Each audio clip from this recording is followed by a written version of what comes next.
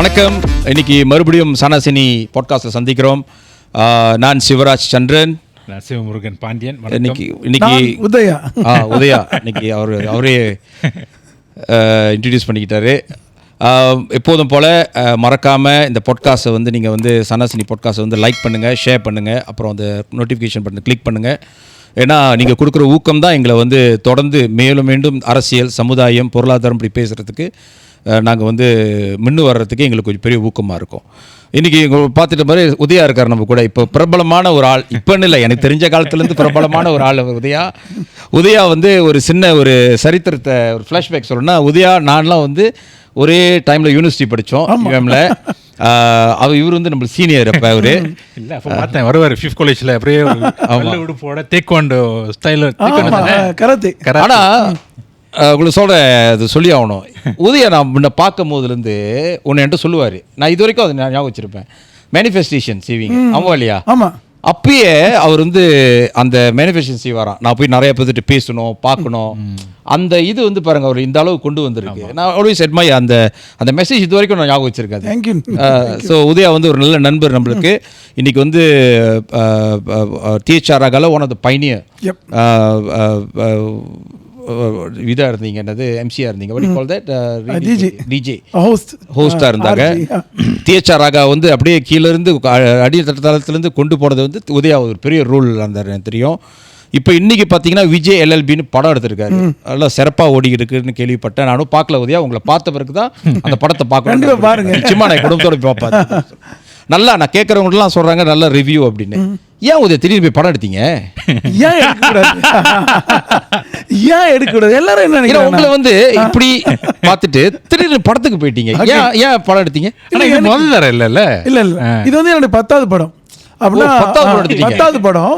So இந்த 10வது படத்துலேருந்து ஏற்கனவே ஒரு படம் அச்சம் தவிர்னு ப்ரொடியூஸ் பண்ணோம். அப்புறம் அதை நடிச்சிருந்தேன். ஸோ அப்போ என்ன நினச்சுன்னா, எல்லாருக்கும் வாய்ப்பு கொடுப்பேன்னு சொல்லிட்டு எல்லாரையும் எனக்கு ஈக்குவலாகவே நடிக்க வச்சு எல்லாருக்கும் வாய்ப்பு கொடுத்தோம். ஸோ அந்த படம் பேசப்பட்டது. நான் வந்து போட்ட கணக்கு ஒன்று, எல்லா கணக்கும் தப்பாக போயிடுச்சு. ஏன்னா ஃபேமஸாக இருந்தால் ஆளுங்க வந்து பார்த்துருவாங்க அப்படின்னு நினச்சேன். அது இல்லை அப்படி சொல்லி அதை ப்ரூவ் பண்ணிடுச்சு. அப்புறம் இப்போ வந்து சரி என்ன சென்ட்ரிக்காக வச்சு இன்னும் கொஞ்சம் பேர் சேர்த்துட்டு ஒரு படம் செய்யலாம் அப்படி சொல்லி ஐடியா பண்ணி ஒரு 5 வருஷத்துக்கு பிறகு தான் அடுத்த படம். இதை வந்து விஜய் LLB கதையை பேஸ் பண்ணி ஒரு கார்ட் ரூம் ட்ராமா பண்ணலாம் அப்படின்னு சொல்லி ஐடியா பண்ணி தான் இந்த படத்தை எடுத்துருக்கேன். ஏன் அப்படி கேட்டேன்னா, நான் வந்து உங்களை பார்க்கும்போது THRல இருந்தீங்க, அப்புறம் சரவடி செய்கிறீங்க, அப்புறம் நிறையா ப்ரோக்ராம் செஞ்சுட்டு இருந்தீங்க. ஸோ சடன்லி உங்களுக்கு ஒரு ஒரு ஒரு ஒரு சிந்தனை படம் எடுக்கணும்னு வந்துச்சு அப்படின்னு சொல்லி 10வது படம்ன்றீங்க. நான் வந்து உங்களை சென்ட்ரிக்காக வச்சு பாடுறது இதான் நான் படம் மொதல் படம் ஃபேமஸாக வந்தது வச்சுங்களேன். ஸோ மேபி உங்களுக்கு ஒரு காரணம், ஒரு சிந்தனை இருக்கும், த்ரீகர் பாயிண்ட் இருக்கும். ஏன் வந்து அது த்ரீகர் பண்ணிச்சு உங்களுக்கு அப்படின்னு. அதனால தான் உங்களுக்கு ஓகே, நல்ல இதுதான். என்னன்னா மலேசிய படங்கள் அப்படி சொல்லும்போது கேட்ட உடனே அவங்க என்ன நல்லா இருக்காது அப்படின்னு சொல்லிடுவாங்க. ஸோ அப்போ எனக்கு வந்து இந்தியாவில் நடிக்கிறதுக்கு வாய்ப்பு கிடைச்சது. நான் இந்தியாவில் சிபிராஜ் கூட நடித்தேன். அந்த படம் கூட நவம்பர் வரப்போகுது. ஸோ பெரிய இடத்துல அவங்களெல்லாம் வந்து பார்க்குறோம், எல்லாரும் கொண்டாடுறாங்க. இப்போ மனசுக்குள்ள ஒரு ஆசை தான். ரமன் சார் கூட உட்காந்து பேசுகிறோம், கமல் சார் கூட உட்காந்து பேசுகிறோம். ஸோ அவங்ககிட்டலாம் போகும்போது ஒரு கேள்வி, எங்கெல்லாம் நடிக்க வைக்க மாட்டீங்களா அப்படி ஏன் அவங்கள போய் கேட்டுட்டு இருக்கோம், நம்ம ஏன் ஒரு விஷயத்தை வந்து கிரியேட் பண்ணக்கூடாது அப்படின்னு சொல்கிறது தான் என்னோட ஐடியா. இப்போ கொரிய படம் பார்த்தீங்கன்னா, கொரிய படம் மொழியே நமக்கு தெரியாது. ஆனால் எல்லாரும் கொரிய ட்ராமா பார்க்குறேன், கொரியா படம் பார்க்குறேன் அப்படி சொல்கிறாங்க. அப்போ அவங்க ஜெயிக்கிறதுக்கு ஏதோ ஒரு காரணம் இருக்குது. ஆமாம், என்ன ஒரு காரணம்னா அவங்க என்ன செஞ்சுருக்காங்கன்னா, இந்த யார் வேணால் பண்ணலாம் எடுங்க, ஆனால் அதுக்கு வந்து ஒரு பாடி இருக்குது. அந்த பாடி என்ன செய்யணும், அந்த படத்தை பார்க்கும். அந்த படம் வந்து அந்த வரைக்கும் இல்லைன்னா எவ்வளோ பெரிய பட்ஜெட் என்ன உடைப்பட்டால் அழுதாலும் சரி அந்த படத்தை வெளியே வர விட மாட்டாங்க. ஸோ அப்போ வந்து அங்கே ஒரு ISO ஸ்டாண்டர்ட் மாதிரி வச்சுட்டு உலகம் முழுவதும் படத்தை கொண்டு போய் சேர்த்து வித்தின் நம்ம யூனிவர்சிட்டி படிக்கும் கொரியான்ற வார்த்தை தான் கேட்டிருப்போம். அவன் ஒரு படம் வெளியாக்குறான், சீரிஸ் வெளியாக்குறான், கேள்விப்பட்டிருப்பான். இன்னைக்கு வித்தின் ஒரு 5-6 இயர்ஸ்ல வந்து பார்த்தா கொரியன் ட்ராமா, கொரியன் மூவி வந்து எல்லாரும் பார்த்து கொண்டாடுறாங்க. அவங்க ஆக்டர் பேர் கூட தெரியுது. ஆமா, கொரியன் ஆக்டர் இங்க இது ஏர்போர்ட்டுக்கு ஓடி போய் கூட்டமா நிக்கிறாங்க. அவர் வந்து இங்க பிராண்ட் அம்பாசிடர் இருக்காரு. அப்படி பார்க்கும்போது மொழி இல்லை. அப்போ அந்த மேக்கிங் தான் ரொம்ப முக்கியம். எப்படி அந்த கதை, அந்த படத்தோட கதை அண்ட் தென் அந்த மேக்கிங் எப்படி பண்றாங்க படம் அப்படின்னு சொல்லிட்டு கொரியன் ட்ராமா கதை எல்லாம் வேற லைன்ஸ்ல இருந்து. அப்போ நம்ம வந்து அந்த டைரக்டர்கிட்ட பேசும்போது மொழி இல்லைங்க, கதை தான் முக்கியம், நல்ல கதை எடுப்போம், முயற்சி பண்ணோம் அப்படி சொன்னாங்க தான் இந்த படத்தை. இப்போ அந்த நெட்ஃப்ளிக்ஸ் இதெல்லாம் வந்து ஒரு பெரிய அட்வான்டேஜா இருக்கும் உங்களுக்கு. நிச்சயமா பெரிய அட்வான்டேஜ். ஆனால் என்னன்னா, நாம மலேசியாவில் இருக்கிறதுனால எப்படி பார்க்குறாங்கன்னா, நம்மள வந்து ஆசியா தங்கர் அந்த இதில், அப்புறம் அந்த இந்த மாதிரி பார்க்குறதுனால நம்மளை வந்து இந்தியாவோட சேர்க்க மாட்டேறாங்க. அப்போ இந்தியன் மூவிஸ்னு வரும்போது நம்ம வந்து அங்கே இந்தியாவோட இந்த பக்கம் வந்துடுறோம். இந்த பக்கம் வந்துடும். அப்படின்னா நம்ம பர்மா, மலேசியா, சிங்கப்பூர் இந்த மாதிரியான கேட்டகரியில் வரும். அப்போ அதில் பார்க்குற வியூவர்ஸ் வந்து ரொம்ப குறைவு. நம்மளோட இண்டஸ்ட்ரி இப்படி இருக்குது. நம்ம மலேசியா இந்தியன் ஃபிலிம்னு எடுத்துக்கிட்டிங்கன்னா அதோட வரவேற்பு இப்படி இருக்குது, பெருசு. ஏன்னு சொன்னால் இந்தியாவில் ஒரு படம் எடுத்தாங்கன்னா FMS சொல்லுவாங்க, ஃபாரின் மலேசியா சிங்கப்பூர் அப்படின்னு. அப்போ ஃபாரின் மலேசியா சிங்கப்பூர்னா ஃபாரின் வந்து அதர் கண்ட்ரிஸ், அது அப்படின்னா யூரோப் கண்ட்ரி, அது மிடில் ஈஸ்ட், அதெல்லாம். மலேசியா சிங்கப்பூர், மலேசியா தான் அந்த பிக்கஸ்ட் மார்க்கெட். அவங்க படம் எடுக்கிறது. அதனால தான் கமல்ஹாசன் வராரு. நம்ம லோக்கல் இண்டஸ்ட்ரிக்கு. ஆமாம், இப்போ அவங்கள பார்க்குறேன் அப்படின்னா கமல் சார் வந்து ஒரு படம் எடுத்து இங்கே வந்து ப்ரோமோட் பண்ண வர்றாருன்னா நாம தான் பெரிய மார்க்கெட் அவங்களுக்கு, market segment out of India. நம்ம தான் பெரிய மார்க்கெட். ஒரு வருஷத்தில் ஒரு மாசத்துல நாம ஏற்கனவே 20 to 30 மில்லியன் வந்து இங்கே அந்த இண்டஸ்ட்ரீஸை கான்ட்ரிபியூட் பண்ணுறோம். ஏன்னா லோக்கலில் வந்து படம் பார்க்குறோம், அப்புறம் எஸ்ட்ரோவில் படம் பார்க்குறோம், அப்புறம் RTMல படம் பார்க்குறோம், அப்புறம் மற்ற இதில் சேனலில் சப்ஸ்கிரைப் எல்லாமே வந்து நம்ம கொடுக்குறது வந்து ஒரு 20 மில்லியன் ஈஸிலி. அவ்வளோ பெரிய காசு வந்து நாம ரொம்ப கேட்கலையே. அப்புறம் 240 மில்லியன் ஒரு வருஷம் நம்ம ராஃப்லி எவரேஜ் 300 மில்லியன் மேலே போகுது. போகும். அப்புறம் அவங்க வந்து அப்போ ஏன் நம்மளோட லோக்கல் நீங்கள் சொன்ன மாதிரி அந்த ஃப்ரேம் ஒர்க், அந்த கண்டென்ட் அதெல்லாம் இருக்குது, எப்படி அந்த படம் இருக்குது, அது ஒரு காரணமாக இருக்கலாம்.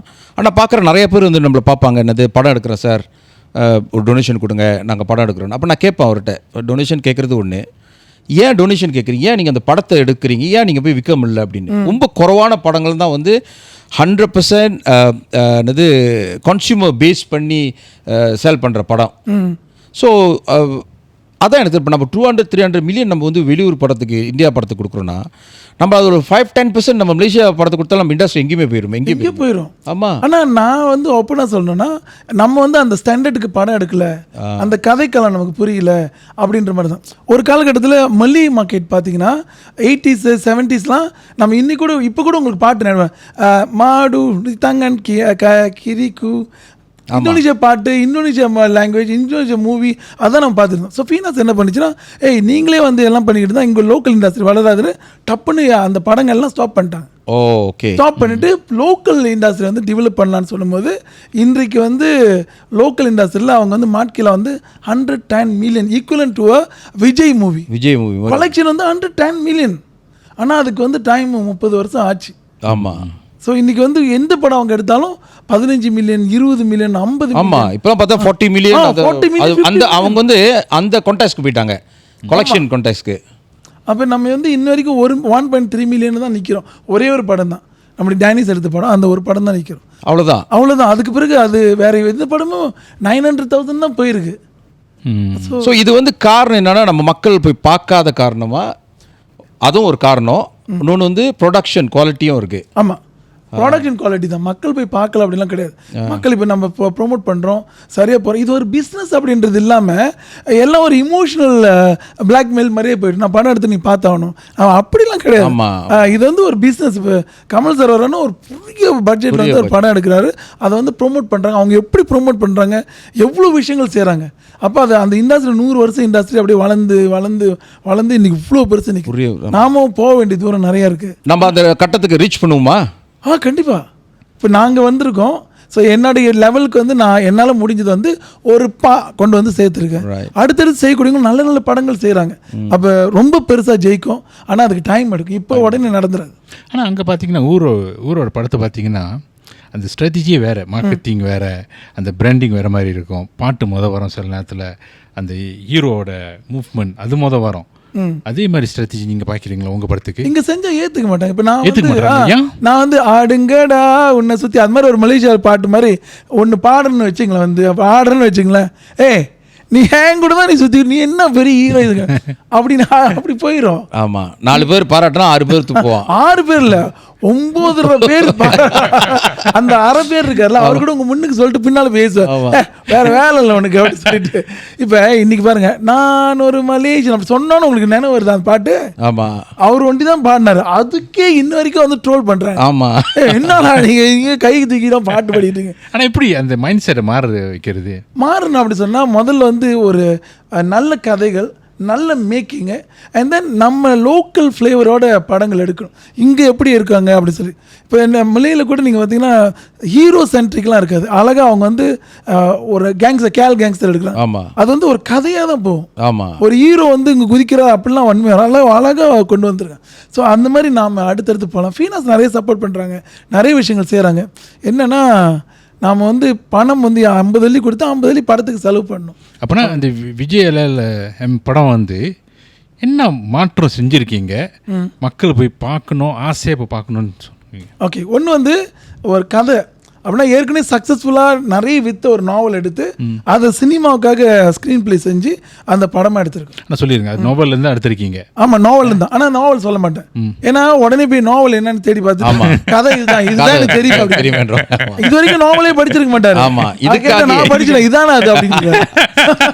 அவர் மதிய அழகன் வந்து அதை அழகா எழுதி அந்த படத்தை வந்து உங்களுக்கு அது படமாக உங்களுக்கு ப்ரொடியூஸ் டைரக்ட் பண்ணி கொடுத்துருக்காரு. ஆனால் வந்து அதை தவிர்த்து மற்ற ஐடியாலாம் உங்களோட ஐடியாவாக தான் இருக்கும். அதில் இல்லை எப்படின்னா டைரக்டர்னு ஒரு விஷன் இருக்கும். ஸோ அவர் நான் ப்ரொடியூசர் மட்டும் தான், ப்ரொடியூசர் ஆக்டர். ஸோ அவர் டைரக்டர் என்ன கேட்குறாரோ அதை மட்டும் நான் செய்யணும். நீங்கள் அப்படியே 100% அந்த மாதிரி நான் வந்து டைரக்டர் மெட்டீரியல். ஸோ நான் வந்து ஆனால் எப்படி உங்களுக்கு அந்த நம்பிக்கை வந்துச்சு ஃபர்ஸ்ட் டைம் டைரக்ட் ஆகுங்க? ஆமாம், எப்படி அவங்க அந்த கான்ஃபிடென்ட் உங்களுக்கு ஒரு கான்ஃபிடென்ட் வரும்ல, ஒரு கெமிஸ்ட்ரி இருந்தால் தான். ஆமாம். ஸோ கெமிஸ்ட்ரிலாம் பெருசாக ஒன்றும் கிடையாது. ஏன்னா அவர் வந்து ஒரு 5 நாவல் எழுதிட்டார்.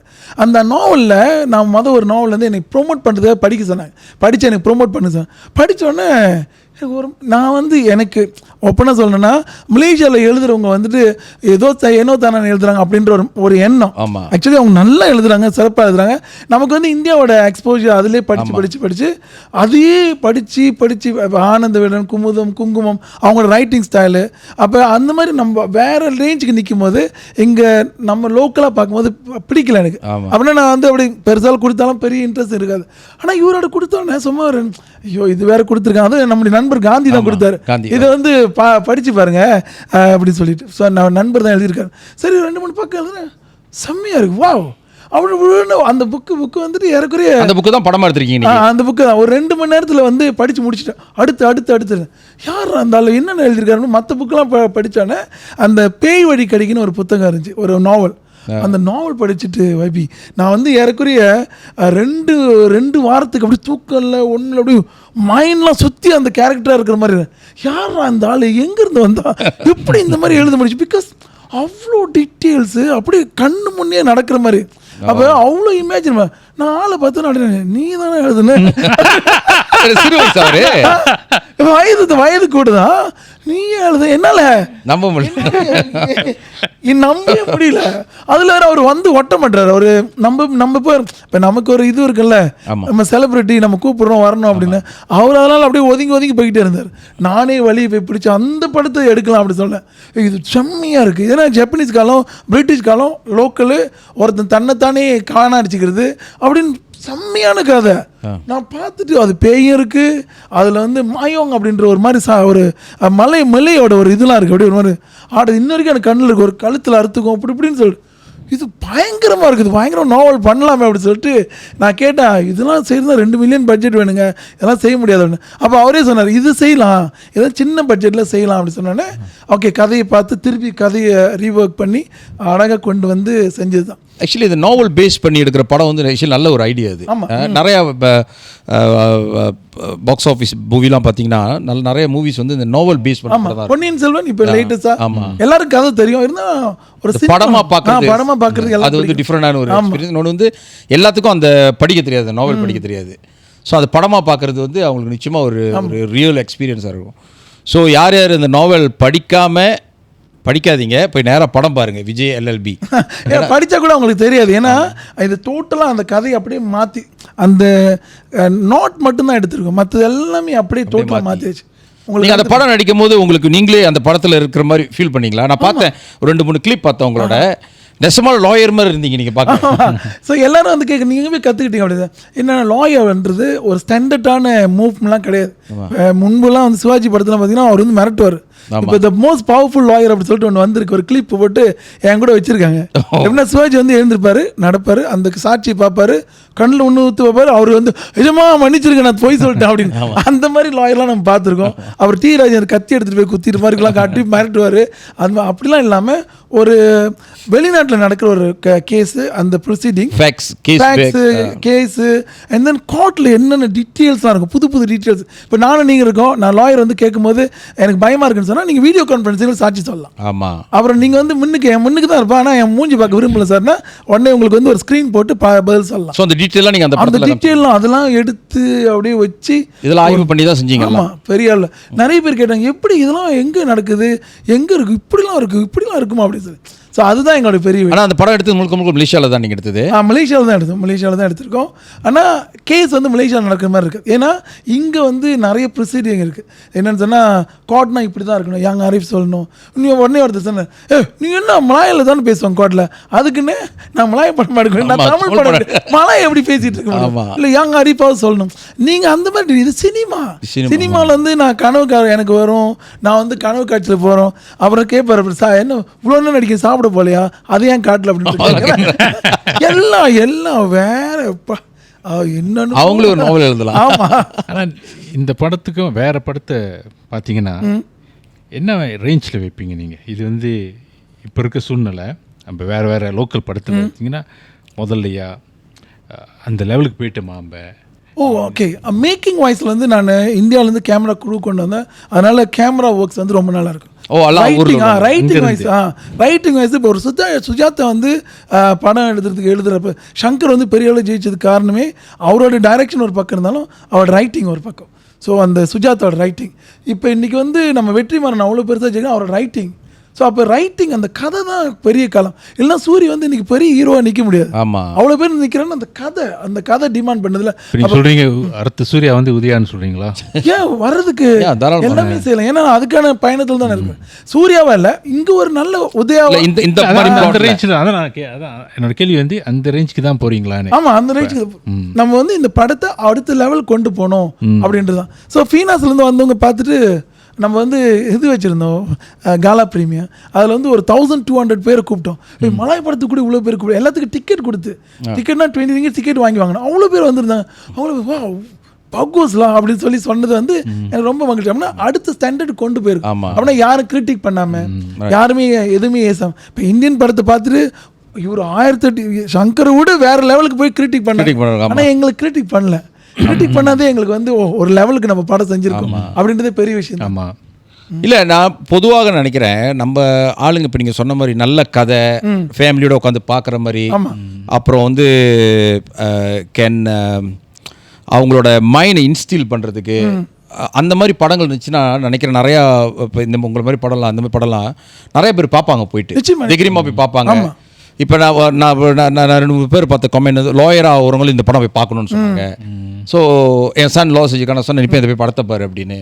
ஸோ இந்த மாதிரி ஐ திங்க் அந்த மாதிரி கண்டென்ட் வெரி இம்பார்ட்டன்ட்ல, ஒரு படத்துக்கு ஒரு கண்டென்ட். இன்னொன்று வந்து ரொம்ப நம்மளோட கல்ச்சர் மீறி கூட இப்போ நம்ம வந்து சில பேர் பையனுங்க வந்து வெளியே வந்து கல்ச்சர் இல்லாமல் இருப்பானுங்க, ஆனால் அந்த படம்னு ஒன்று பார்க்கும் போது கல்ச்சரோட எதிர்பார்ப்பாங்க. ஒன்று அப்படி இருக்குது, அது குறை சொல்கிறதுக்கு வரும். ஸோ நீங்கள் வந்து I think you covered almost அந்த எங்கள் எல்லாம் கவர் பண்ணியிருக்கீங்க. ஆமாம், டீசனா முகம் சுளிக்க கூடாது. அப்புறம் நானும் நம்ம என் பையனோ அல்லது என் பொண்ணோ அல்லது யாராவது ஒரு ஃபேமிலியில் உட்காந்து பார்க்குறாங்க அப்படின்னு சொன்னால் அவங்களுக்கு வந்து முகம் சுளிக்க கூடாது. ஆமாம், நம்ம என்ன ஒன்று பாக்கியராஜ் காலத்தில் இருக்கோம், 50 காசு கீழே போட்டு கீழே எல்லாம் குனிங்க அப்படி சொல்லி முந்தான முடிச்சு படத்துல காட்டுவார். அந்த மாதிரி எல்லாருக்குமே எக்ஸ்போஜர் இருக்கு, இருந்தாலும் குடும்பத்தோடு பார்க்கணும் இல்லையா?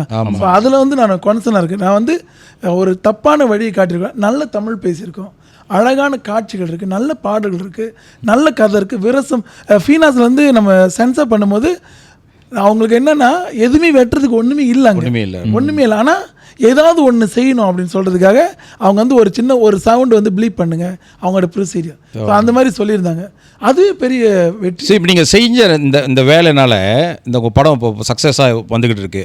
இப்போ நீங்கள் சொன்ன மாதிரி நெக்ஸ்ட் லெவல் கொண்டு போகிறீங்க, த நெக்ஸ்ட் லெவல் இந்த industry. So we hope Sanasini பாட்காஸ்ட்லேருந்து பர்சனலி வி ஹோப் தட் இது வந்து ஒரு பெஞ்ச் மார்க்காக இருக்கணும். எல்லா தமிழ் படத்துக்கு மலேசியாவிலேருந்து வர தமிழ் பாட்டெலாம் இந்த ஒரு பெஞ்ச் மார்க்காக இருந்துச்சுன்னா நான் நினைக்கிறேன் நிச்சயமாக நம்ம இண்டஸ்ட்ரி நான் பார்க்குறேன்னா நிறைய ஆளுங்க போய் படத்தை பார்த்தா தான் இப்போ மலாய் படம் மாதிரி நம்மளும் வந்து 30-40 மில்லியனுக்கு ஒரு படத்தை கொண்டு போனால் தான் நீங்களும் அடுத்தது புது இன்வென்ட் பண்ணுவீங்க, புதுசாக படம் எடுக்கிறதுக்கு இன்வெஸ்ட் பண்ணுவீங்க, புது சொந்தமாக நம்ம கேமராமேன் ட்ரெயின் பண்ணுவோம். இப்போ நிறைய பேர் போகிறாங்க ப்ரோக்ராமுக்கு, இது மித்ரா அந்த ப்ரோக்ராமுக்கு கேமராமேன்னு. கடைசியில் என்ன செய்யுங்கிறதா அவங்க வந்து கல்யாண படம் பிடிப்பாங்க. இந்த மாதிரி தான் எத்தனை பேர் கல்யாண படம் பிடிப்பாங்க, காம்படிஷன் ஆயாச்சு. ஸோ அதனால் வந்து இந்த மாதிரி செஞ்சால் தான் இந்த ஸ்பீலோவோ இஃபெக்ட்னுவாங்க, அந்த இண்டஸ்ட்ரியும் அப்படியே வளரும். என்ன சொல்கிறீங்க ப்ரோ? இல்லை, அதான் அந்த ஹெல்த்தி காம்படிஷன் இருந்துச்சுன்னா வேற ஒருத்தவங்களும் பார்ப்பாங்க, ஓ உதயா இந்த மாதிரி செஞ்சுருக்காரு, நம்ம இதோட கொஞ்சம் நல்லா செய்யணும், அடுத்தவங்களும் பார்ப்பாங்க. அப்போ தான் அந்த இண்டஸ்ட்ரி க்ரோ பண்ணணும். ஆமாம், இல்லாட்டி கீழே போய்கிட்டே இருக்கும். ஆனால் நீங்கள் சொன்ன மாதிரி லைட்டிங், அந்த டைரக்ஷன் எல்லாம் ஊர்லேருந்து கொண்டு வந்து அது இம்ப்ரூவ்மெண்ட் இருக்குது. நிச்சயமாக இங்கே நம்ம வியூவை போய் பார்த்தாங்கன்னா அது ஒரு சப்போர்ட் பண்ணலாம் நம்ம லோக்கல் இண்டஸ்ட்ரி. இப்போ நிறைய பேர் நினைப்பாங்க, ஏன் அங்கே நம்ம ஆள் இல்லையா அப்படி சொல்லிட்டு. பெரிய எக்ஸ்பர்ட் வேணும் அப்படி சொன்னால் நம்ம இம்போர்ட் பண்ணுறோம் இல்லையா. ஸோ இதுக்கு நான் வந்து ஜெயிக்கணும், நல்ல படம் கொடுக்கணும்னா எனக்கு வந்து எக்ஸ்பர்ட்ஸ் வேணும். ஆமாம், இங்கே வந்து கற்றுக்கிறவங்க கிடையாது, நம்ம இன்வெஸ்ட் பண்ணுறோம். It's a business. இது வந்து பிஸ்னஸ் வந்து போட்ட காசு வரணும், அதுக்கு மேலே லாபம் எடுத்தால் தான் அடுத்து நான் செய்யணும். அடுத்த வேறு படம் ஐ நீட் டு பே. அதனால் எல்லாருக்கும் பே பண்ணணும், நல்ல பேமெண்ட் கொடுக்கணும், வந்தவங்க நடிச்சவங்களுக்கு நல்லதாக செய்யணும், படத்தை வந்து மார்க்கெட் பண்ணணும். அப்போ மார்க்கெட் பண்ணுறதுக்கு எனக்கு டூல்ஸ் வேணும். I need some bullets to shoot. அதுக்காக தான் நான் வந்து புடாபெஸ்ட் ஃபில்ஹார்மோனிக் அவங்களுடைய அப்படின்னா அவங்க வந்து ஒரு ஆர்கெஸ்ட்ரா சிம்பனி. ஸோ நம்ம வந்து இங்கே கேள்விப்பட்டு மாட்டோம். சிம்பனி ஆர்கெஸ்ட்ரா வந்து நம்முடைய மியூசிக் வந்து பேக்ரவுண்ட் ஸ்கோர் வந்து வாசிக்க வச்சோம். இதெல்லாம் எங்கே ஊரில் செஞ்சீங்களா? ஊரில் செஞ்சது. அவர் வந்து அந்த மியூசிக் கம்போசர் வந்து அதோட கான்டாக்ட் உள்ளவர். அப்போ அவங்ககிட்ட இருந்து சில பீசஸ்லாம் வாசிச்சு நீங்கள் பேக்ரவுண்ட் ஸ்கோர்லாம் நீங்கள் என்ஜாய் பண்ணுங்க, செம்மையாக இருக்குது அப்படி சொல்லிட்டு. ஸோ அப்போ அந்த மாதிரி நான் கொண்டு வரணும். ஸோ ஜிவி பிரகாஷ் வந்து பாட வச்சு, ஏன் இங்கே உள்ளவங்க பாட மாட்டாங்களா? பாடுவாங்க, ஆனால் கமர்ஷியல் வேல்யூ. நான் என்ன பார்க்குறேன்னா, இந்த பாட்டு வந்து 2 பாட்டு செஞ்சுருக்கோம். 2 பாட்டு வந்து 100 மில்லியனுக்கு மேலே வியூஸ் வச்சுருக்கக்கூடிய சிங்கர்ஸ். ஸோ அவங்களோட இருக்கும்போது நான் ஈஸியாக அங்கே ஆடியோ ரைட்ஸ் வந்து மற்றவங்ககிட்ட விற்கும். அது வந்து எனக்கு ஒரு வருமானம். நீங்கள் வந்து அது actually I totally agree with you. என்னன்னா சில பேர் கோச்சுக்குவாங்க, படம் எடுத்துட்டு டொனேஷனில் அந்த படம் கவர் பண்ணணும்னு நினைக்கவே கூடாது. இல்லை, it has to be commercialise, ஃபுல்லாக கமர்ஷியலைஸாக இருக்கணும். மக்களை வந்து அட்ராக்ட் பண்ணி அவங்க போய் படம் பார்த்து காசு கொடுத்து படம் பார்த்து அதுலேருந்து வருமானம் வந்து நீங்கள் அடுத்த படம். ஆமாம், நீங்கள் சொன்னது கரெக்டான வார்த்தை. அது பிஸ்னஸாக பார்க்கணும். நம்ம வந்து எடுத்துட்டேன் சார், நீங்கள் உங்கள் கடமை நீங்கள் கொடுங்க, நீங்கள் பாலிடிக்ஸ் நீங்கள் காசு கொடுங்க, நீங்கள் செலிபிரிட்டி நீங்கள் காசு கொடுங்க. ஸோ அந்த மாதிரி நம்ம அந்த மாதிரி மைண்ட் செட் இருந்துச்சுன்னா நம்ம வந்து இந்த மலாய் மூவி கூட கம்பீட் பண்ணவே முடியாது. நான் மலாய் மொதல் படம் பார்க்கறது கேஎல் கிங்ஸ் தான் பார்த்தேன். எப்படி நான் மலாய் படம் பார்க்கவே மாட்டேன். இல்லை, எப்படி இருந்துச்சு உங்களுக்கு? பார்த்துட்டு என்னடா இவ்வளோ ரியலாக நடிக்கிறாங்க. அப்புறம் அந்த 3-4 எபிசோட் அந்த படம் கேஎல் கிங்ஸ் படம் எல்லாமே பார்த்து முடிச்சு பஸ்கால் பார்த்தேன், ஏர்ஃபோர்ஸ் 1 ஏர்ஃபோர்ஸ் பார்த்தேன். அந்த மலாய் படம்லாம் பார்க்கறேன்னா அவ்வளோ நல்லா இருக்கு அவங்களோட படம். ஸோ இந்த மாதிரி தான் நம்ம குவாலிட்டி. இப்போ தமிழ் படமும் நம்ம மலேசியா படமும் அந்த மாதிரி செஞ்சோமா நிச்சயமாக நினைக்கிறேன் நிறைய பேர் பார்ப்பாங்க. சப்போர்ட் பண்ண லோக்கல் இண்டஸ்ட்ரி சப்போர்ட் பண்ணாதான் பண்ணணும்னு சொல்லவே கூடாது. சப்போர்ட் பண்ணாதான் அப்போ தான் அந்த இண்டஸ்ட்ரி க்ரோ பண்ணும். சப்போர்ட் பண்ணாத்தி அவங்க பார்ப்பாங்க, இல்லை நம்மளோட லோக்கல் இண்டஸ்ட்ரி பிரியே இருக்கே. நம்ம வந்து சப்போர்ட் வந்து பிஸ்னஸாக பார்க்குறோம், அது வந்து ஒரு சாதாரண சப்போர்ட்டாக பார்க்கக்கூடாது. இல்லாட்டி இப்படியே தான் அந்த மைண்ட் செட், நம்ம லோக்கல் தான் செய்கிறாங்க, இது இப்படி தான் இருக்க போகுது, அந்த மைண்ட் செட் நம்ம மாற்றணும்னா அந்த அவேர்னஸ் எப்படி அந்த அவேர்னஸ் ப்ரிங் பண்ண போகிறோம்னா அந்த மார்க்கெட்டிங் செய்கிறீங்களே, இப்போ அங்கே செஞ்சுட்டு இருக்கீங்க. ஸோ அதான் க்ரோ பண்ணோம். அப்போ தான் இன்னும் 4-5 பேர் வருவாங்க, டைரக்டர், ப்ரொடியூசர், நல்ல ஆக்டிவாக அந்த இண்டஸ்ட்ரி க்ரோ பண்ணணும்னு நான் நினைக்கிறேன். அந்த மாதிரி. ஆமாம்மா. ஆனால் நான் என்ன பார்க்குறேன்னா, இட்ஸ் அ பிஸ்னஸ். எனக்கு கன்சியூமருக்கு என்ன வேணுமோ அதை நான் கொடுத்தா அவன் வந்து வாங்க போகிறான். ஸோ அப்படி தான் இப்போ நம்ம வந்து இந்தியன் படத்தை வந்து யாருமே விளம்பரம்லாம் உங்ககிட்டே வந்து விளம்பரம் சொன்னால் எங்கேயோ பார்த்துட்டு ஊருக்கு முன்னாடி நம்ம போய் நிற்கிறோம். ஏன்னு சொன்னால் அவ்வளோ அழகாக மார்க்கெட் பண்ணி என் சங்கர் ஒரு பிராண்டு, கமல்ன்ற ஒரு பிராண்டு, அனிருத்னு ஒரு பிராண்டு. ஸோ அந்த பிராண்ட்ஸ் வந்து கிரியேட் பண்ண brand time consuming. Definitely it's not இமீடியட்டாக செய்ய முடியாது நம்ம. பட் நல்ல ஒரு முயற்சி எடுத்திருக்கீங்க. அந்த முயற்சி நான் நினைக்கிறேன் என்னோட மற்ற படம் வரும்போது இந்த மாதிரி பேசுனது வந்து பூச்சாண்டியை பற்றி சொன்னாங்க. அவர் நல்லா எடுத்திருக்காங்க, நல்லா இருந்துச்சு படம் அப்படின்னு நினைக்கிறேன். அந்த யூஎம் ப்ராடக்ட்லாம் நல்ல ப்ராடக்ட். அப்போ அந்த ஆண்டி அந்த படத்தை எடுக்கும்போது வந்து பார்த்தாரு. அப்போ எனக்கு அந்த ஃப்ரீ ஸ்க்ரீனிங் அப்போ செஞ்சார். மொதல் எடுத்தோடனே அவ பார்த்தேன் நல்லா இருந்துச்சு படம். நான் சொன்னேன் நல்லா ஓடும் அந்த படம், எனக்கே பிடிச்சிருக்கு, நம்ம நல்லா ஓடும் அது. அதே மாதிரி நல்லா சக்ஸஸ்ஃபுல்லாக நல்லா செஞ்சுருக்காங்க. அந்த மாதிரி அடுத்தது உங்கள் படம் அந்த மாதிரி பாசிட்டிவான ரீமார்க் வந்து நான் போய் வெளியே கேட்கும் போது பேசும்போது நான் சும்மா கேட்பேன், இந்த டாக்டர் எல்லாம் அவர்கிட்ட அடிச்சு கேட்டேன் எப்படி இருக்குன்னு. அவர் சொன்னேன் நல்லா அருமையாக இருக்குது, நீங்கள் போய் பாருங்கள் நல்லா இருக்கு. நான் பார்த்துட்டு நான் வந்து காசெல்லாம் கொடுத்து ரிவ்யூ பண்ணல, நான் சின்சியராக சொன்னேன் அப்படின்னாரு. ஓ ஆமாம் வா அப்படின்னு அந்த மாதிரி 2-3 பேர் விசாரிக்கும் போது பாசிட்டிவாக சொன்னாங்க. ஸோ வாழ்த்துக்கள் உங்களுக்கு, ரொம்ப நன்றி. தொடர்ந்து இதோட இந்த மாதிரி நிறைய படம் எடுக்கணும். நிச்சயமா. இப்போ இந்த ஆர்ஜேலேருந்து உங்களோட இமேஜ் வந்து இப்போ நீங்கள் வந்து மலேசியாவில் ஒரு பெரிய சிறந்த படம் நடிகர், ப்ரொடியூசர் அண்ட் ஆல்சோ டைரக்டர் ஆகணும்னு என்னோட மிக்க நன்றி. அதே நேரத்தில் என்னோட படம் வரப்போகுது அடுத்து நவம்பர் 25 அடுத்து அந்த படம் வருது. ஸோ அதுவும் ஒரு பெரிய ஊரில் எடுத்த படம். ஊரில் எடுத்த படம், நடிகர்லாம் ஊரில் உள்ளவங்க எல்லாமே சிபிராஜ் தான் ஹீரோ. அடுத்து வந்து எல்லாமே இந்தியாவிலே செஞ்சது. அதுவும் எனக்கு பெரிய பேர் கொடுக்கும். ஏன்னா ஒரு நடிகராக போயிட்டு அங்கே எஸ்டாப்ளிஷ் ஒரு முக்கியமான கேரக்டர் நடிக்கிறதுலாம் வந்து சாதாரண விஷயம். ஆமாம் ஆமாம். அங்கே வந்து பார்த்தா போலீஸ் ஸ்டேஷன் தான் நம்ம போலீஸ்காரருக்கு மட்டும் அங்கே மண்ணுக்கு அதையும் எடுப்பாங்க, நம்மளை வந்து அதெல்லாம் கழட்டி விட்டுருவாங்க. அப்படி இல்லாமல் ஒரு நல்ல கேரக்டராக அழகாக பண்ணியிருக்கோம். ஸோ அதுவும் எனக்கு சந்தோஷமான விஷயம். கங்க்ராச்சுலேஷன், வாழ்த்துக்கள். ஆனால் இந்த ஸ்டோரி லைன் கொஞ்சம் கொடுக்கலாம்ல அவரு? இது இந்த இப்போ எடுத்தது விஜய் இது வந்து ஃபர்ஸ்ட் கார்ட் ரூம் ட்ராமா. முதல்ல மலேசியாவில் நீங்கள் கார்ட் வந்து எப்படி இருக்குது, ஏன்னா நிறைய பேர் வந்து கார்ட்டில் வந்து போய் பார்த்துருக்கிறதுக்கான வாய்ப்பு இல்லை. நமக்கெல்லாம் கார்ட் தெரிஞ்சதுன்னா இந்தியாவில் உள்ள கார்ட் தான், அப்படியே அப்படி இருக்கும். அப்படி அதில் அப்படி அதெல்லாம் ஒன்றுமே கிடையாது. இங்கே கார்ட்ன்றது சத்தமே இருக்காது. அதுவும் வந்து லாயர்ஸ்லாம் எல்லாம் டைப் பண்ணி எடுத்துகிட்டு போயிட்டு வெறுமனே ரீடிங் பண்ணுறது தான், அது கொஸ்டின் தான் இது பண்ணுவாங்க, அதோட முடிஞ்சு போயிடும். ஸோ அப்படி இல்லாமல் ஒரு நல்ல ரியலான கார்ட்டு, அதில் சஸ்பென்ஸ் த்ரில்லர் வச்சுருக்கோம். அடுத்து நட்பு, அப்புறம் காலேஜ் பிள்ளைங்க. ஸோ எவ்வளோ பெரிய பிரச்சனை மாதிரி எஜுகேஷன் ஸ்கேம்னு ஒன்று இருக்குது. ஸோ எஜுகேஷன் ஸ்கேம் பற்றி நம்ம பேசியிருக்கோம். நம்ம பிள்ளைகள் அதில் எப்படி மாட்டிக்கிறாங்க, அதனால என்னென்ன இம்ப்ளிகேஷன்ஸ் வருது, என்ன எஜுகேஷன் ஸ்கேம் கொஞ்சம். இப்போ நம்ம வந்து இப்போ நீங்கள் காலேஜ் போகிறீங்க படிக்கிறது. ஸோ எஸ்பிஐ முடிஞ்சோன்னா நமக்கு காலேஜ் ப்ரைவேட் காலேஜ் போவோம். அங்கே போனோன்னே மொதல் என்ன செய்வாங்க, உங்களுக்கு எல்லாமே நமக்கு செஞ்சு கொடுக்கணும், லோன் அது இதுன்னு செய்வாங்க. அப்போ ப்ரைவேட் காலேஜில் எது ப்ரைவேட் காலேஜில் எங்கே வேணா இருக்கணும்னா நம்ம படிக்க போகிறதுக்காக, இப்போ மெடிக்கல் படிக்க போகிறோம் அப்படின்னு சொன்னோன்னா நான் லோன் எடுப்போம் அப்படின்னு சொன்னால் லோன் எடுக்கிறது ஓகே, எல்லாம் ரெஜிஸ்டர் பண்ணி ரெஜிஸ்ட்ரேஷன் ஃபீலாம் கட்டிடுவீங்க. அப்புறம் லோனுக்காக வெயிட் பண்ணுங்க. ஆமாம், லோன் கட்டி எடுக்கும்போது ஒரு வருஷம் ஆயிரும். ஒரு வருஷம் கட்டும்போது லோன் வரும், 40% அப்ரூவ் பண்ணியிருப்பாங்க. ஒரு வருஷம் படிச்சிருப்பீங்க, ஆனால் காலேஜுக்கு நல்லா தெரியும் 40% தான் கொடுப்பாங்க. ஆனால் அவங்க சொல்ல ஃபுல் லோன் சொல்லிடுவாங்க. அப்போ 40% 60% கட்டணுமே. ஒரு வருஷம் படித்தாச்சு, அவன் வந்து இல்லைன்னா பரிச்சை எடுக்க விட மாட்டான். ஸோ அடுத்து 60% கட்டுறதுக்கு இந்த பிள்ளைங்க என்ன செய்யணுமே. ஆமாம், அப்போ நிறைய பேர் மாட்டிக்கிட்டு இருக்காங்க. ஸோ இது எப்படி வெளியே வருது, ஸோ இதில் என்ன பிரச்சனை, அந்த மாதிரியான விஷயம் கதையில் வந்து அதுதான் நாட் அதுல இருந்து தான் ஆரம்பிக்குது. எஜுகேஷன் ஸ்கேம் அது உண்மைதான். ஏன்னா அந்த மெடிசன் போறவங்க எல்லாத்தையும் 5 லட்சம் கடன் வாங்கி வீடு வித்து அதெல்லாம் வித்து அனுப்பி கடைசியில 10 காசு அப்பயும். ஆமா, நிறைய கேஸ் நீங்க சொன்ன மாதிரி பார்த்துருக்கோம். நம்ம எத்தனை பார்த்துருக்கோம், அழுது கெஞ்சி. உங்களோட ஆஃபீஸ்க்குலாம் எத்தனை பேர் வந்து டெய்லி அந்த பிரச்சனை. இமெயில் திறந்தா அதான் ரஷ்யால இருந்து அனுப்புவாங்க, நான் படிச்சிட்டு காசு கட்டல கட்டுறதுக்கு சர்டிஃபிகேட் பரிச்சை எழுத விட மாட்டாங்க அப்படின்னு. அப்ப எப்படி போனீங்கன்னு கேட்டா எங்க அப்பா வந்து இந்த மாதிரி டாக்ஸி ஓட்டுறாரு, வீடு வித்து. ஆனால் கனவு அது தப்பு. அவங்க கனவு பிள்ளையை டாக்டர் ஆக்கணும், டாக்ஸி ஓட்டுறேன், என் மகள் டாக்டர் ஆக்கணும்னு அந்த ஒரு இதில் அனுப்புறது. பட் ஸ்கேம்லாம் இந்த மாதிரி, ஏன்னா அந்த ஏஜென்ட் வந்து இந்த மாதிரி ப்ராமிஸ் பண்ணி அனுப்பிட்டு அதோட தெரியாம இருந்துருது. உனக்கு அது கொடுத்துரும், இது கொடுத்துரும், அவங்க கொடுத்துருவாங்க, இது கொடுத்துருவாங்க, எல்லாம் கொடுப்பாங்க. ஆனால் அவங்களுக்கு ஒரு ஸ்டாண்டர்ட் இது இருக்குல்ல, ப்ரொசீடியர்ஸ் இருக்கு. உங்களுக்கும் வந்து ஒரு பட்ஜெட் தான் இருக்கும், இவ்வளோ தான் பண்ண முடியும்னு.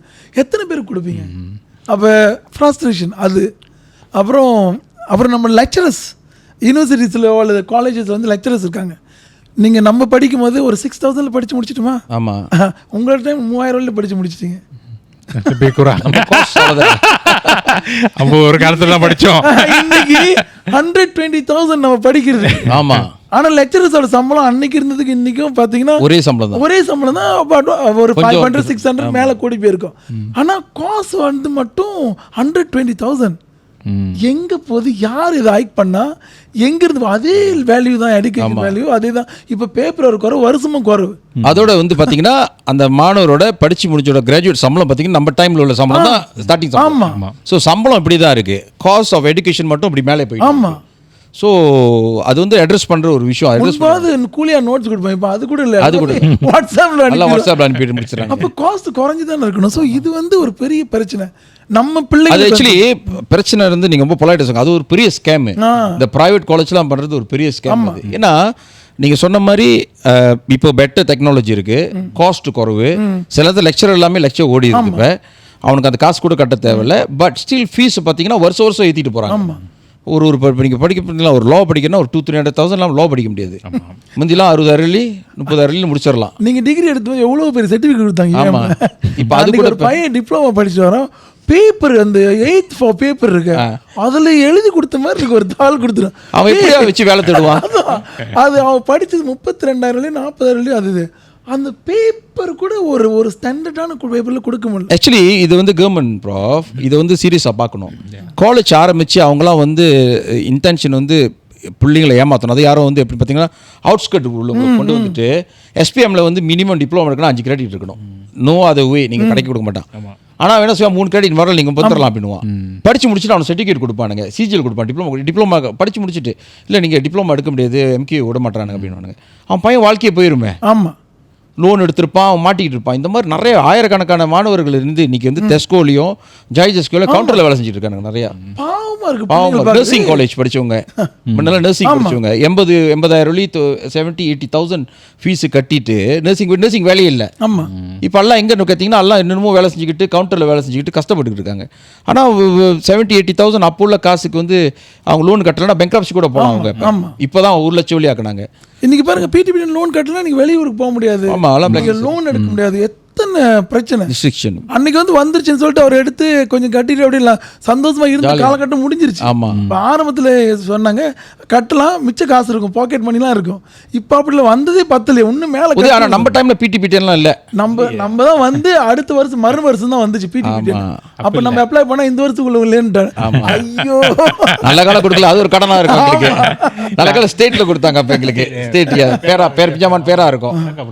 எனக்கு வந்து தேசிய நிலநிதி கூட்டுருவாங்க, வட்டி இல்லாத கடன் அப்படியே கொடுத்துட்டு அழகா அப்படியே கொஞ்சமா 50 வெள்ளி கட்டு போதும் இன்னும் கொடுத்துட்டு இருக்காங்க. ஆமா, இன்னும் கொடுக்குறாங்க. ரொம்ப பெரிய விஷயம் அவங்க செய்யறது. நீங்க படம் எடுத்து வந்து ரியல் ஸ்டோரியில எடுத்திருக்கீங்க. ரியல் ஸ்டோரி எல்லாம் பேரும் இப்போ பார்க்கணும். அப்பதான் அந்த ரியலே பார்க்கலாம். நம்ம ரியல் லைஃப்ல இதான் நடக்குது. அதே மாதிரி வந்து எடுத்திருக்காரு. ஆனால் உண்மையில் அந்த படத்தில் லாயர் மாதிரி தான் இருக்கீங்க. ஆமாம், நிறைய லாயர்ல அப்படியே மாற்றிட்டு அது நினைக்கிறேன். நான் படம் அந்த கேரக்டர் நடிச்சுமா அந்த மாதிரி மாறிடுவோம். ஆமாம் ஆமாம், வேற வழி இல்லை. இல்லைன்னா அப்புறம் ட்ரோல் பண்ணி விட்ருவாங்க. இப்போதான் பயங்கரமாக ட்ரோல் பண்ணி அதுக்கு பயந்து அதுக்குன்னு ஒரு கூட்டம் இருக்கு. நல்லதை சொல்கிறாங்க இல்லையோ, என்னாச்சும் ஒரு குறையை கண்டுபிடிச்சி அதை சொல்கிறது தான் இப்போ நிறைய பேர் இருக்காங்க. இல்லை, நான் என்ன பார்க்குறேன்னா பப்ளிக்னு வந்துட்டு விமர்சனங்கள் வந்து தவிர்க்க முடியாது. அண்ட் தென் இன்னொன்று வந்து நிறைய பேர் வந்து அந்த சரவணன் லெஜண்ட் சரவணன் மாதிரி இருக்கானு. எனக்கு என்ன புரியலன்னா லெஜண்ட் சரவணன் வந்து ஒரு மல்டி பில்லியனர். அப்போ நல்லது, பெரிய பில்லியனர். அண்ட் தென் அவர் படம் எடுத்தப்ப ஹாரிஸ் ஜெயராஜ் மொழி உலக, அதாவது அங்கே உள்ள எல்லா ஹை கிளாஸ் இதுவும் பயன்படுத்தினார். அவர் வந்து இப்படி இருக்காரு, அதனால அப்படி சொல்றது எனக்கு புரியல. சொன்ன பரவாயில்ல. ஒரு சே இருக்கு, any publicity is good publicity. So நீங்கள் சந்தோஷமா எடுத்துக்கணும். ஏன்னா ஒருத்தர் கிரிட்டிக் பண்ணாலும் அதை போய் 2 பேர் பார்ப்பான், இது குறை சொல்கிறாங்க. ஸோ உங்கள் படம் ஏறிக்கிட்டு தான் போகும். ஸோ தொடர்ந்து நல்ல படைப்புகளை நீங்கள் வந்து கொடுக்கணும். அதே சமயத்தில் என்னோட ரிக்வெஸ்ட் என்னன்னா, நீங்கள் எடுக்கிற படத்தில் வந்து நல்ல மெசேஜ் போய் சேரணும், which will help our future generation. ஏன்னா நம்ம வந்து ஒரு ஜெனரேஷன் அப்படி விட்டுட்டோம். ஆமாம், இப்போ பார்த்தீங்கன்னா தப்பான பாதையில் போகிறது, அப்புறம் அந்த வாழ்க்கையில் அந்த முன்ன மாதிரி கஷ்டப்பட்டு வேலை செய்யணும், உழைக்கணும், அந்த சிந்தனை எல்லாம் போச்சு. ஸோ உங்கள் படம் மூலியமாக ஐ பிலீவ் மூவி வந்து it's one of the good platform. அந்த மெசேஜை போய் சேர்க்கறதுக்கு உங்கள் வரகாலில் எடுக்கிற படத்தை வந்து நிச்சயமா நீங்க உங்க படத்தை பத்தி நிறைய பேர் லாயர் படிக்க போவோம் இனிமே. ஏன்னா முந்திலாம் லாயர் நம்ம நிறைய இருந்தோம், இப்போ லாயர் குறவாச்சு. இப்போ மறுபடியும் அந்த ஏரா வரணும். நம்மளுக்கு ஒரு பொய்யான விஷயத்தை வந்து பிள்ளைங்கிட்ட பரப்புறாங்க. லாயர் இப்பெல்லாம் வந்து ஏஐல செஞ்சிடறாங்க, உனக்கு வேலை இருக்காது அப்படின்னு சொல்லிட்டு சும்மா சொல்லி என்னடா இது ஆச்சரியமா இருக்கு. அவன் ஏஐயே பார்த்துருக்க மாட்டான். அவர் சொல்ல ஏஐல தட்டி விட்டுருவாங்க, உனக்கு அக்ரிமெண்ட்லாம் அவங்களே செஞ்சாங்க, இப்போ உனக்கு வேலையே கிடைக்காது. இப்போ நிறைய பேர் இப்போ பார்த்தீங்கன்னா எஸ்டிபிஎம் போயிடாதீங்கடா முடிஞ்சு நீங்கள். ஆமாம், ஆனால் அவனை செக் பண்ணுங்க, எஸ்டிபிஎம் பார்த்துருக்கே மாட்டான். எஸ்டிபிஎம் பேப்பர் இருக்குன்னு அவன் போய் 4 பிள்ளைங்கள்ட்ட அட்வைஸ் பண்ணுவான், எஸ்டிபிஎம் எடுக்காதீங்க, மெட்ரிகுலேஷன் போகாதீங்க அப்படின்னு. ஸோ இந்த மாதிரி தப்பான விஷயத்த வந்து ஒரு குரூப் பரப்பிட்டு இருக்கோம். பட் எனியாவ் நம்மளால் முடிஞ்சது, நம்ம ஜெனரேஷன் முடிஞ்சது வந்து நல்லது, நம்ம சமுதாயத்துக்கு என்ன செய்யணும்னு சொல்லி தான் சானா சீனியோட எதிர்பார்ப்பு. நீங்களும் ப்ராஃபும் அது இருக்கு. 10,000 பேர் எஸ்பிஎம் பரீட்சைக்கு போகல, ஏன்னு கேட்டால் ஒரே ஒரு ஆள் சொல்லியிருக்காரு, இன்ஃப்ளூயன்சர் ஆகலாம் நீங்களாம், டிக்டாக்ல இன்ஃப்ளூயன்சர் எதுக்கு படிச்சுக்கிட்டு அப்படி சொன்னதுனால 10,000 பேர் 10,000 பேர் இன்ஃப்ளூயன்சர் அவன் போகல பரீட்சைக்கு. எதை தான் இன்ஃப்ளூயன்ஸ் பண்ண போறான்னு தெரியல. அவன் பார்க்குற ரொம்ப ஈஸியாக காசு கிடைச்சிருது, கை இப்படி தூக்கிட்டு நிற்கிறான். அவங்க வந்து ஒரு 500-600 வெள்ளி கிடைக்குது ஒரு நாளைக்கு. அப்புறம் மூஞ்சில் ஏதாவது புதுசாக 500 வெள்ளி கிடையாது, ஒரு போகிற லேப்பாக பண்ணுறான். ஸோ இது லைஃப் போயிடுச்சு அப்படின்னா டிக்டாக் அடிச்சுனா என்ன செய்வாங்க. ஆனால் இவென்ச்சுவலி இப்போ இன்னைக்கு நல்லா இருக்கும், 10 வருஷம் எங்கே போகிறாங்க? ஆமாம், உனக்கு நீ திருப்பி வேலைக்கு போனால் கூட வேலைக்கு போக முடியாது, ஏன்னா உனக்கு ஒரு ஸ்கில் செட் இல்லை, இன்ஃப்ளூயன்ஸ்னு ஒரு செட் இல்லை, ஸ்கில் இல்லையா? ஆமாம். ஸோ இவென்ச்சுவலி அவங்க 10 வருஷத்துக்கு பிறகு யோசிச்சாங்க என்ன எதிர்காலம்னா அவங்க கஷ்டப்பட போகிறாங்க. ஸோ அந்த அது ஒரு டோட்டலி டிஃப்ரெண்ட் டாபிக், இன்ட்ரெஸ்டிங்காக டாபிக், ஒரு நாள் பேசுவோம் அது. நன்றி உதயா வந்ததுக்கு. நன்றி. நீங்கள் பிஸியான டைமில் வந்து உங்களுக்கு படம் ப்ரொமோஷன் டைம்லாம் பிஸியாக இருப்பீங்க, இருந்தாலும் வந்ததுக்கு ரொம்ப நன்றி. எங்களோட எதிர்பார்ப்பு அதுதான், நீங்கள் வந்து தொடர்ந்து நாட்டில் ஒரு பெஞ்ச் மார்க்கை உருவாக்கணும் மூவி இண்டஸ்ட்ரிக்கு. டொனேஷனை நம்பி எடுக்கிற படத்தோட கமர்ஷியல் மக்கள் விரும்பி போய் பார்க்குற படமா ப்ராடக்டாக ஒளியாக்கணும் அப்படின்னு கேட்டுக்கிறோம். அதான். தேங்க்யூ. வேற சொல்ல இருக்கா? சனாசினிக்கு ரொம்ப ரொம்ப நன்றி, என்னை அழைச்சி இவ்வளோ அழகான பிளாட்ஃபார்ம் கொடுத்து பழைய நண்பர்கள் மீண்டும் உரையாடுவதற்கான ஒரு அழகான வாய்ப்பு அமைஞ்சது. இவ்வளோ நேரம் வைஃபி கூட பேசுறதுக்கு வந்து சந்தோஷமா இருந்தது இல்லை? ப்ராஃப் டிவிலே பார்த்து அப்படியே பழகிருச்சு. அவர் இப்போ நேரம் உட்காந்து இவ்வளோ அழகாக பேசுறது எனக்கு ரொம்ப மகிழ்ச்சியாக இருக்கு. தமிழில் பேசுகிறாரு. அதான் நான் காரசாரமாக வருவாருன்னு லாங்குவேஜ் பேரியராக இருக்குன்னு நினைக்கிறேன். ஓகே, தமிழ் என்னை பார்த்து கொஞ்சம் என்னை பக்குவமாக ஹேண்டில் பண்ணுறீங்க, அவ்வளோதான். ஓகே, ப்ராஃப் என்ன இருக்கா சொல்ல? ஓகே, நன்றி. சனாசினி பாட்காஸ்டில் மறுபடியும் உங்களை 35வது எபிசோடில் சந்திக்கிறதுக்கு சகோதரர் உதயாக்கு வாழ்த்துக்களும். மீண்டும் மீண்டும் அவர் முன்னேறி வரணும், அது எடுத்த துறையில் நம்ம இந்த மூவி இண்டஸ்ட்ரியில் சொல்லி விடைபெறுகிறோம். நன்றி, வணக்கம்.